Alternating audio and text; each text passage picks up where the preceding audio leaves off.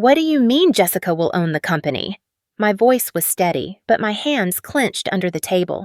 The elegant chandelier above the dining room cast a warm glow over the table, but the air in the room had turned ice cold. My father, Robert Caldwell, the man whose company I had saved from ruin, barely glanced up from his plate as he continued cutting into his steak. "Sarah, let's be realistic," he sighed, like he was explaining something simple to a child. "You're great at technical things, but leadership, that's not your strength. We need someone with presence, someone who commands respect. Your sister is the best choice." Jessica, sitting across from me in her designer dress, sipped her wine with a small, knowing smile. She hadn't lifted a single finger to help when Caldwell Enterprises was drowning in debt, but now, with the company turning record-breaking profits, she was being handed everything. "I developed the software that saved this company!" My voice was sharper now, cutting through the clinking of silverware. "Without it, you wouldn't even have a company to pass down." Dad chuckled, as if my words were amusing. Then he reached into his pocket, pulled out his wallet, and tossed a crumpled bill onto the table. "For your effort." I stared at the $60 bill lying between my plate and my untouched wine glass. $60 for the years I had spent working late nights, writing code until my eyes burned, for the countless sleepless weeks I'd spent analyzing financial losses, designing a system that would not only pull us out of bankruptcy but launch us to the top of the industry. $60 for the innovation that had turned Caldwell Enterprises from a dying relic into a $400 million powerhouse. Mom shifted uncomfortably in her seat, casting a glance at me, but she said nothing. No one did. I looked at my father, the man I had idolized growing up, the man I had worked my entire life to make proud, and in that moment I realized something. It was never about merit. It was never about effort or success or even loyalty. It was about control. "I see." My voice came out quieter than I expected. I picked up the $60 bill, turned it over in my fingers, and then calmly folded it into my napkin. Then I stood. "Sarah, don't be dramatic," Dad scoffed, waving his hand dismissively. I smiled. "I'm not being dramatic. I'm just excusing myself. Clearly, my role in this family is nothing more than a background character, so I'll remove myself from the scene." Jessica let out a soft chuckle, barely hiding her amusement. "Sarah," Mom started, but I was already walking out of the dining room, my heels clicking against the marble floor. I didn't slam the door. I didn't yell or demand fairness. I simply left. The next morning, I arrived at work early, as always. The office had changed over the past year. Just a year ago, the atmosphere had been suffocating, employees whispering about layoffs, department heads quitting before the company could collapse. Now, it was thriving. My software had revolutionized the logistics industry, automating processes that used to take weeks into mere minutes. We had expanded globally, securing deals with top clients. But today, something felt different. As I walked through the lobby, I noticed a few nervous glances exchanged between employees, conversations hushed when I passed. I reached my office only to find the door already open. Inside, my desk had been emptied, my computer was gone, the nameplate that had once read Sarah Caldwell, CTO, was missing. Sitting in my chair, comfortably flipping through some documents, was Jessica. She glanced up with a bright artificial smile. "Oh, good morning, Sarah. Didn't Dad tell you? I'll be moving into this office. You'll be reporting to me now." I felt my stomach drop, but my expression didn't waver. "What's my position?" My voice was steady. Jessica tilted her head as if considering, then she shrugged. "We'll figure something out. Maybe something in IT support." IT support? In my own company? In the company I had saved? She smirked. "Dad suggested you take some time off, actually. Relax, maybe work on some hobby projects. But don't worry, you'll still be part of the company in some capacity." I took a slow breath, my heartbeat hammering in my ears. They wanted me out. After everything I had done, after every sacrifice, every late night, every solution I had created to keep this company alive, they were discarding me like an afterthought, like I was worth $60. I stared at my sister, then at the company logo on the glass walls outside my office. Caldwell Enterprises, a name that once meant family, loyalty, and legacy. Now it only meant betrayal. But I didn't argue. I didn't protest. I simply nodded. Understood. Then I turned and walked out. They thought they had won. They thought I would disappear quietly. They had no idea what was coming next. I walked out of the office with my head high, my pulse steady. They thought they had buried me. They thought I would disappear, accept whatever scraps they tossed my way, maybe even beg to stay. But as I stepped into the elevator and the doors slid shut, a single thought burned in my mind. Watch me. The first thing I did was vanish, not literally. I still showed up to work the next morning, still sat at the tiny desk they had assigned me in the farthest corner of the building, surrounded by interns who didn't yet realize who I was. But I didn't fight back. I didn't argue. I watched. And in less than a week, I saw exactly what was happening. Jessica was in way over her head. She had no idea how to run a company, let alone one that had just scaled into a multi-million-dollar empire. She spent her days in endless meetings, making decisions based on instinct instead of actual data. She dismissed department heads who tried to advise her, replacing them with her friends, people whose only qualification was knowing which wine paired best with which cheese. The company wasn't just vulnerable, it was on the brink of collapse again, and I had built everything they were now destroying. That's when I made my decision. If they didn't want me at Caldwell Enterprises, I would build something bigger. Late one evening, long after most employees had gone home, I sat in a coffee shop across from three of the smartest, most capable people I had ever worked with. David, our former CFO, the man who had balanced the books when the company was drowning in red, who knew every financial loophole like the back of his hand. Olivia, the best data analyst in the business, she had practically built our customer profiling system from scratch. David, our lead engineer, the only person who knew my software as well as I did because we had coded most of it together at 3:00 a.m., running on caffeine and pure desperation. All three had quietly resigned within the past month. They weren't idiots. They had seen the writing on the wall. "Sarah," David leaned forward, his expression serious. "What's the play here?" I looked at them, then pulled out a folder. Inside was everything I had been working on in secret. "We're building something new," I said simply. I didn't need to convince them. They were in. There was one thing Jessica and my father had overlooked. The software. Yes, it was under Caldwell Enterprises' name. Yes, they technically owned the rights to it, but I had written the original code long before I ever implemented it into the company. And the newest version, the one with the most advanced features, I had never uploaded it to their servers. It was still mine. I spent the next month working in silence, refining it, improving it, making it stronger, faster. Then I pitched it, not to Caldwell Enterprises, to their competitors. Within 3 weeks, I had 3 offers. By the end of the month, I had a deal, a $60 million contract.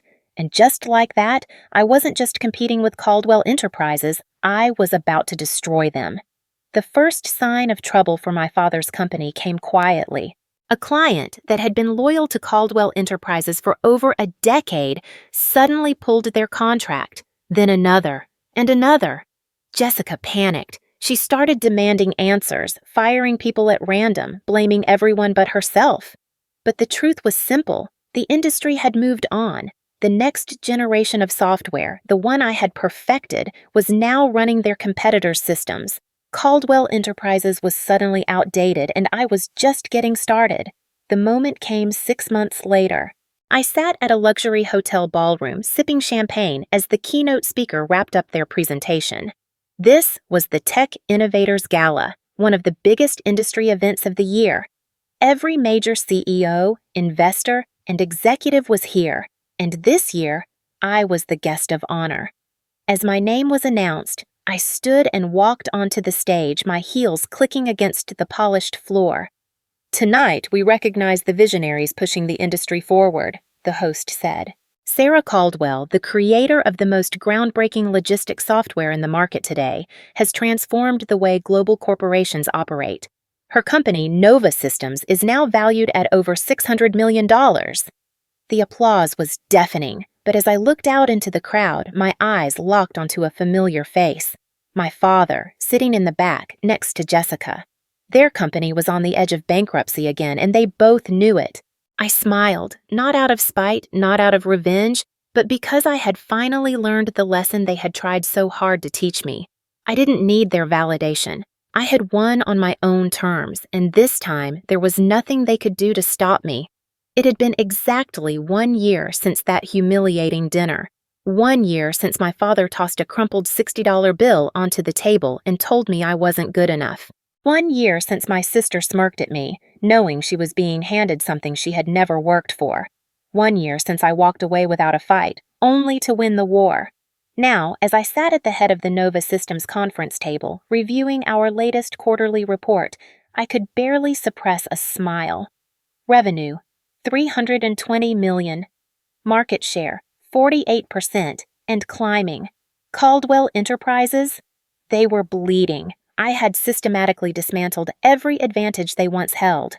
Their clients had jumped ship, their stock had plummeted, and their latest financial report, leaked to the press just a week ago, confirmed the worst. They were on the brink of collapse. And that was when the inevitable happened. At precisely 10 o'clock a.m., my assistant buzzed into my office. "Sarah, your father and sister are here to see you." I leaned back in my chair, exhaling slowly. So, it had finally come to this. "Send them in." They walked in like ghosts. Jessica's designer wardrobe couldn't hide the exhaustion in her eyes. My father, always so composed, always so certain of himself, looked older, defeated. They had lost, and they knew it.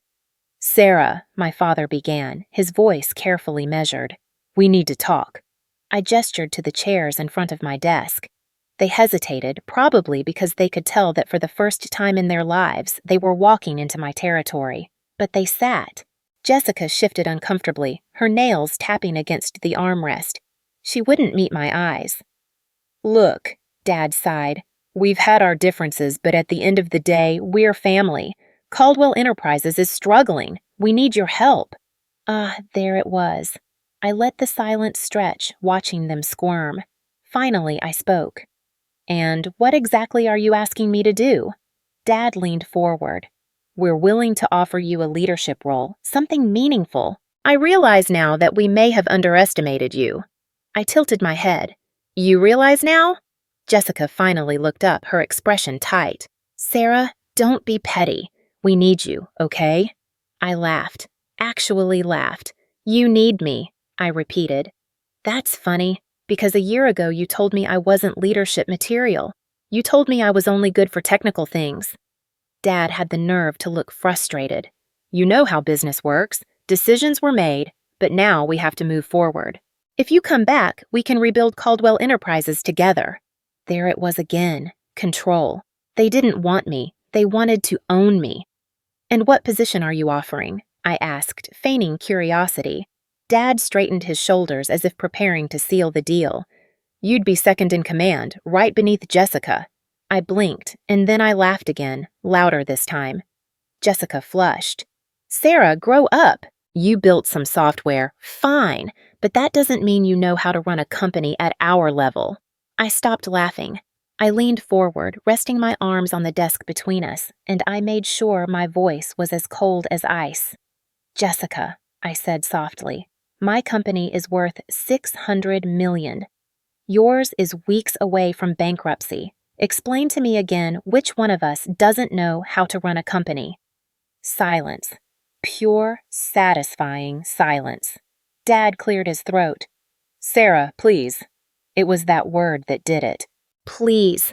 The same man who had dismissed me, belittled me, thrown money in my face like I was an unworthy employee instead of his daughter was now begging.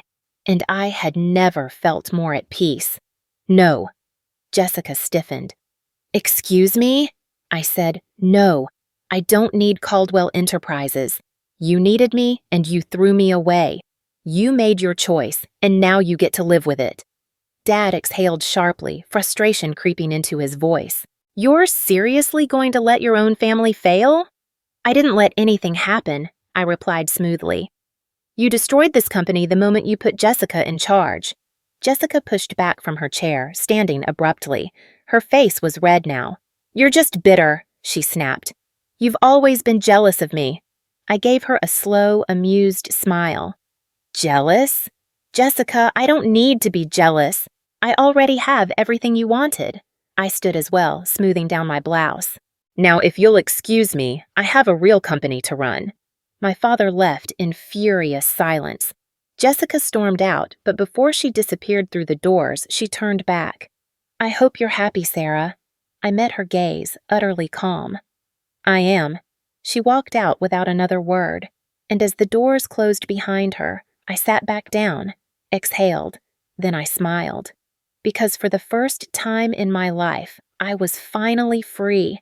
The moment the doors closed behind my father and sister, I allowed myself a long, slow exhale. They thought they could walk in here, throw a few hollow apologies at me, and expect me to come running back to fix their mess. They had no idea who I had become, but as much as I enjoyed watching them squirm, I knew this wasn't over. Caldwell Enterprises was dying, and when a sinking ship goes down, it pulls everything and everyone down with it. The question was, would I let that happen? The news broke 3 days later. Caldwell Enterprises had officially declared bankruptcy. It was everywhere. Business magazines, online forums, even national headlines. Former industry giant Caldwell Enterprises collapses overnight. Poor leadership decisions sink a $400 million company. How greed and family politics killed Caldwell Enterprises. And the best part? Every article credited the company's former success to me. They all pointed out the obvious. The only reason Caldwell Enterprises had survived its first near collapse was because of the software I had built, and once I was gone, it was only a matter of time. I was in a meeting when my assistant Claire knocked on my office door. Sarah, you might want to see this. She handed me a printed document. I scanned it quickly, my lips curving into a small smirk as I reached the last paragraph. Caldwell Enterprises was being liquidated. Everything was up for sale. The headquarters building, the remaining assets, even the Caldwell name itself. Dad was desperate. He had over-leveraged the company, taken out loans in a desperate bid to save it, and now the banks were seizing everything, and I could buy it. The poetic justice was almost too perfect. That evening, as I sat in my penthouse apartment overlooking the city, I thought about what I wanted. I had spent so much time proving myself, so much energy fighting against the people who had dismissed me, betrayed me, belittled me. And now I had already won. Did I really need to crush them further? I thought back to that night 1 year ago when my father had tossed $60 onto the table like it was a tip for a waitress, like I was worth nothing. And just like that, my decision became crystal clear. I made my move. The next morning, I didn't go through an investment firm. I didn't use a third party. I wanted them to know exactly who was taking everything from them. So, I called the bankruptcy attorney handling Caldwell's liquidation myself. I'd like to place a direct bid on all Caldwell Enterprises assets, I said, including the name. The attorney hesitated. Miss Caldwell, do you understand what that would mean? I smiled. I understand perfectly. A week later, I was sitting in the very same boardroom my father had once ruled over like a king. Only this time, I was the one holding the crown. The paperwork was spread out before me, a sleek black and gold pen resting on top of the final contract. With a single signature, Caldwell Enterprises would belong to me. The empire my father had built, the one he refused to let me lead, was now mine. Jessica and Dad sat across from me, both of them ashen-faced. Dad looked like he had aged another 10 years in the past week. Jessica wouldn't even make eye contact. I still can't believe you're doing this, she muttered. I raised an eyebrow. Doing what? Buying a failed company? Acquiring a name that no longer holds any value? She scowled. You know what I mean. I leaned back in my chair, tapping my fingers against the polished wood of the table. Funny. Just a year ago, you didn't think I was capable of running a company, but now you're acting like I have too much power. Dad exhaled sharply. Sarah, just sign the damn papers. I picked up the pen, paused, and then I slid the documents back across the table. Dad blinked. Jessica frowned. What is this? Dad asked. A counteroffer, I said simply. He picked up the papers and scanned the first page, his eyes widening. You're dissolving Caldwell Enterprises? Jessica gasped. You're shutting it down? I smiled. That's right. My father looked like he might explode. Why would you do that? I leaned forward, my voice calm. Because I don't need Caldwell Enterprises. I never did. But I do want one thing. I pointed to a single clause on the last page. Dad followed my finger, and his breath caught. Jessica snatched the document and read it aloud, her voice shaking. All remaining rights to the Caldwell name, patents, and intellectual property will be absorbed by Nova Systems and permanently retired. She looked up at me, furious. You're not just buying it, you're erasing it. I met her gaze, unwavering. Yes, Caldwell Enterprises would never exist again.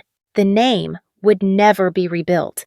The company would never be resurrected. It would simply disappear, just like they had tried to make me disappear. Dad clenched his jaw. You're just doing this to get back at us. No, I corrected. I'm doing this because some things deserve to die. I picked up the pen again. This time I signed. And just like that, it was over. The Caldwell era was gone, and in its place, Nova Systems soared. With no competition from my father's failed empire, we expanded rapidly, securing exclusive contracts that once belonged to Caldwell Enterprises. Their legacy had been erased. Mine had only just begun. 3 months later, I received a letter. No return address, just a simple handwritten note inside. Sarah, I don't expect forgiveness, but I hope one day you'll understand. Dad. I stared at it for a long moment, then I tossed it into the fireplace. And as the flames consumed the last remnant of Caldwell Enterprises, I smiled, because I had finally, completely, and utterly won. 3 months had passed since I erased Caldwell Enterprises from existence. 3 months since I signed that final document, ensuring the name would never rise again. 3 months since my father and sister walked out of that boardroom with nothing. And yet, for the first time since this all began, I felt peace. Nova Systems was thriving. With no competition from Caldwell Enterprises, we had expanded aggressively, securing every major client that had once been my father's pride. Revenue, $600 million to market dominance, 62%. Status, undisputed leader in the industry. But numbers weren't what satisfied me the most. What satisfied me was walking through my office every morning and seeing a company built on merit, seeing employees who were here because of skill, not nepotism, seeing a company that I had built without needing my family's approval. But as much as I wanted to move forward, the past had a funny way of lingering, especially when I got the invitation. It arrived in an unmarked envelope, a simple cream-colored card with elegant gold lettering, the Caldwell Family Annual Gala. I had forgotten all about it. Every year, for as long as I could remember, my parents hosted the most exclusive event in the industry, back when they still had power. This year, my father wasn't hosting it. Someone else had taken over, someone who bought their mansion at auction after the bankruptcy. The invitation was nothing more than a formality. No doubt whoever was running it now had no idea about the history between me and the Caldwells. It was an accident that I even received one. But instead of throwing it away, I made a decision. I was going. Not to prove anything, not for revenge, but to end this story once and for all. The night of the gala, I arrived in a sleek, custom-tailored black gown, stepping out of my car with the quiet confidence of a woman who had nothing left to prove. The event was as extravagant as I remembered, glittering chandeliers, elegant music, and a sea of wealthy elites sipping champagne like they still controlled the world. Except this time, I was the most powerful person in the room, and they all knew it. Whispers followed me as I made my way inside. Is that Sarah Caldwell? No, she runs Nova Systems now. Didn't she destroy her father's company? I ignored them. I wasn't here for them. I was here for one thing. And then I saw them. My father and sister. They weren't the center of attention anymore. They weren't surrounded by powerful executives discussing multi-million-dollar deals. Instead, they were off to the side, a shadow of what they used to be. My father looked smaller than I remembered. His once commanding presence had faded, replaced by something I had never seen in him before. Regret. Jessica, on the other hand, still held herself high, but I could see the cracks in her mask, the way her fingers clenched around the stem of her champagne glass. the way her eyes darted toward me, then away. For the first time in our lives, I was the one with power, and they both knew it. I walked toward them, my heels clicking against the polished floor. Jessica stiffened. My father turned, and for a split second, I saw something flicker in his eyes. Not anger, not resentment, just defeat. "Sarah," he said, his voice quieter than I'd ever heard it. I tilted my head slightly. "Dad." A long silence stretched between us. Then he sighed. "I suppose this is the part where you gloat." I smiled slightly. "No, Dad, this is the part where I say goodbye." Jessica blinked. "What?" "I didn't come here to throw this in your faces," I continued. "I didn't come to remind you of everything you lost because, frankly, that's not my concern anymore." I set my drink down on a passing tray and met my father's eyes one last time. "For years, I spent my life trying to earn your approval, trying to prove I was good enough." I exhaled slowly. "But I don't need that anymore." I turned to Jessica. "And I don't hate you. I never did. I just pity you." Her face tightened. "Because, unlike you, I didn't need to steal power," I said. "I built my own." Her lips parted slightly, but no words came out. For the first time, she had nothing to say. I gave them both one last look. Then I walked away.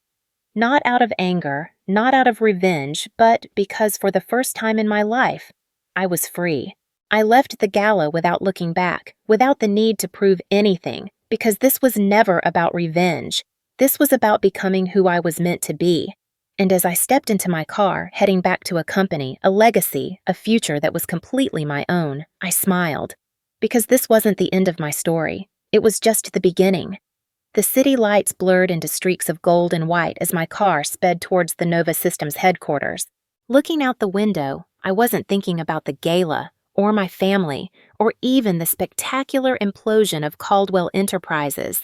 My mind was already miles ahead, strategizing new partnerships, sketching out revolutionary software features, and envisioning the next phase of Nova's global expansion.